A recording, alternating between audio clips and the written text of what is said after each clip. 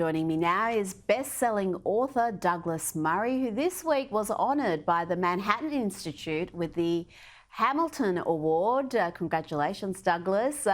Let's talk about Kevin, though. Oscar winner Kevin Spacey, who has broken his silence to hit back at his accusers and the media hit pieces that have destroyed his reputation. How much this has all cost you? I've lost my jobs. I've lost my house. I've got one foot in bankruptcy. Everything. As I've stated already, I would really just love to, be above all this and not have to talk about it, go back to my daily life, get back to work. But I have finally realized that if I don't fight back, this will never end. The Dan Wootton interview was compelling. It's more than 90 minutes. But Douglas, there is also a new documentary on Channel 4 called Spacey Unmasked, and it features allegations by 10 men, all pretty much making the same accusation that Spacey made unwanted advances towards them. And they say because of his high profile, they didn't feel they could complain. It's an extraordinary thing. The Channel 4 documentary, as I understand it, was commissioned before the trials that Kevin Spacey was put through in the US and UK. And of course, he was exonerated in both those cases because there was nothing to them. He was found not guilty in two countries. Channel 4 seemed to have put so much money into the documentary they were hoping would reveal Kevin Spacey that when he was found not guilty and acquitted, it's obviously bothered Channel 4. So they pushed ahead anyway with a set of other accusers whose complaints are extraordinary. And extraordinary not because they're extraordinarily serious, but because, first of all, they go back, one of them goes back 50 years almost. Now, I mean, if anyone can say what they think they were doing 50 years ago, I challenge them to it. But every single one of the allegations, there's about, I think, 9 or 10 of them, are people saying things like, he stroked my thigh once when we were working together. Now, as I say in the Spectator this week, the interesting thing that's gone on in the post-MeToo era is that there are things that cannot be said because they involve men and women. And we all know what incredibly dangerous terrain it is for any man to say anything about a woman these days.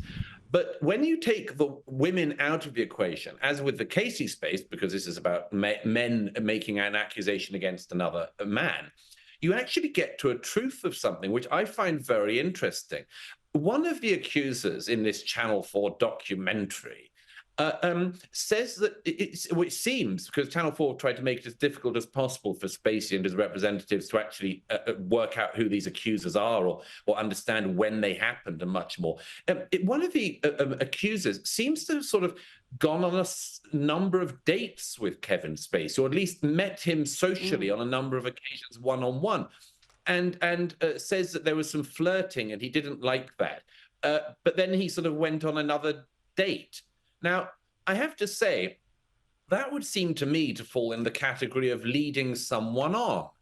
And then and several of the people said things like, I think that because of his power as a theater director and a Hollywood actor, that he dangled promises in front of me for my career, because some of these people seem to be people who are aspiring actors. But here's the thing, Rita.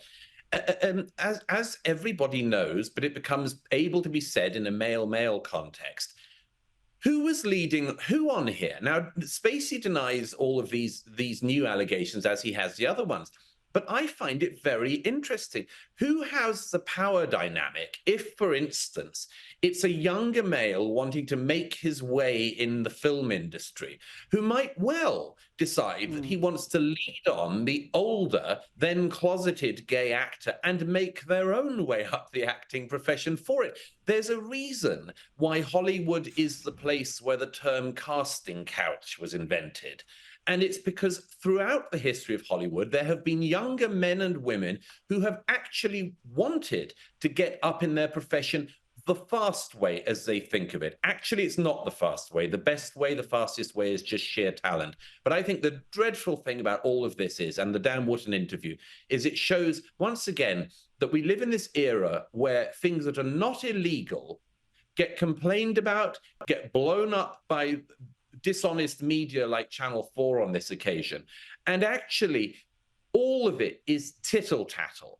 And in the midst of it, one of the great actors of our time wants to work. I would suggest instead of Channel 4 wanting to spread more tittle-tattle about him, which no one wants to watch, how about commissioning him to be in a film which everyone would want to watch?